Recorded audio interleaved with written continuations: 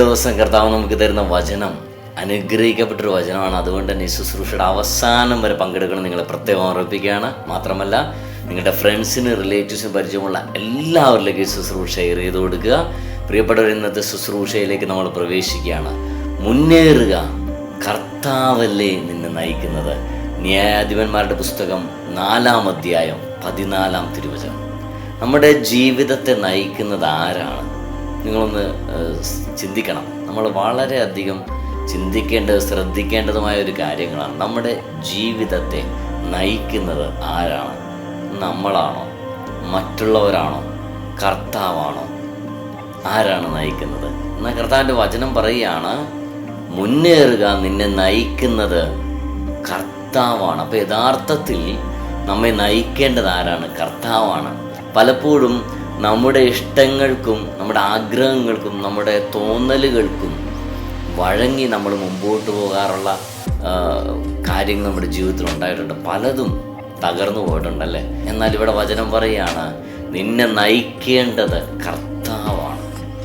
കർത്താവ് നയിച്ചാൽ എന്താണ് പ്രിയപ്പെട്ടവരെ സംഭവിക്കുന്നത്? നമ്മെ കർത്താവ് നയിക്കുമ്പോൾ സംഭവിക്കുന്ന കാര്യം എന്താണെന്നറിയോ? നമ്മുടെ ജീവിതത്തിൽ സകലതും അനുഗ്രഹമായിരിക്കും. അതായത് അതൊരിക്കലും പകുതി വെച്ച് നിന്നു പോവില്ല, അതൊരിക്കലും തകർന്നു പോവില്ല, അതൊരിക്കലും പരാജയപ്പെട്ടു പോവില്ല.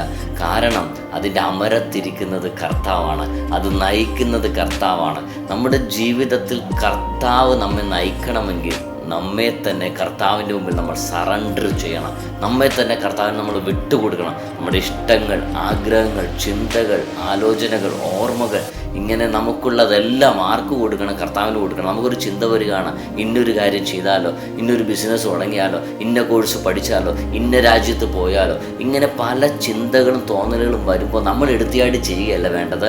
നമ്മൾ കർത്താവിൻ്റെ സന്നിധിയിലേക്ക് ചെന്നിട്ട്, കർത്താവേ, ഞാൻ ഈ കോഴ്സ് പഠിക്കണോ? കർത്താവേ, ഞാൻ ഈ രാജ്യത്ത് ജോലിക്ക് പോകണോ? കർത്താവേ, ഞാൻ വീട് പണി തുടങ്ങണോ? അങ്ങനെ നമ്മുടെ ഉള്ളിൽ വരുന്ന സകല കാര്യങ്ങളും നമ്മൾ ആരോട് പറയണം? കർത്താവിനോട് പറയണം. അതാണ് വചനം പറയുന്നത്, മുന്നേറുക, കർത്താവല്ലേ നിന്നെ നയിക്കുന്നത്. പ്രിയപ്പെട്ടവരെ, കർത്താവാണ് നയിക്കുന്നതെങ്കിൽ നമ്മൾ മുന്നോട്ട് പോകും, അല്ലെങ്കിൽ നമ്മൾ പിന്നോട്ട് പോകും. ന്യായാധിപന്മാരുടെ പുസ്തകം 4-ാം അധ്യായം 14-ാം തിരുവചനം നമ്മുടെ എല്ലാവരുടെയും ജീവിതങ്ങൾ അനുഗ്രഹമായി മാറട്ടെ, അഭിഷേകമായി മാറട്ടെ. കർത്താവ് എല്ലാവരും സമൃദ്ധമായി അനുഗ്രഹിക്കട്ടെ. ആമേൻ.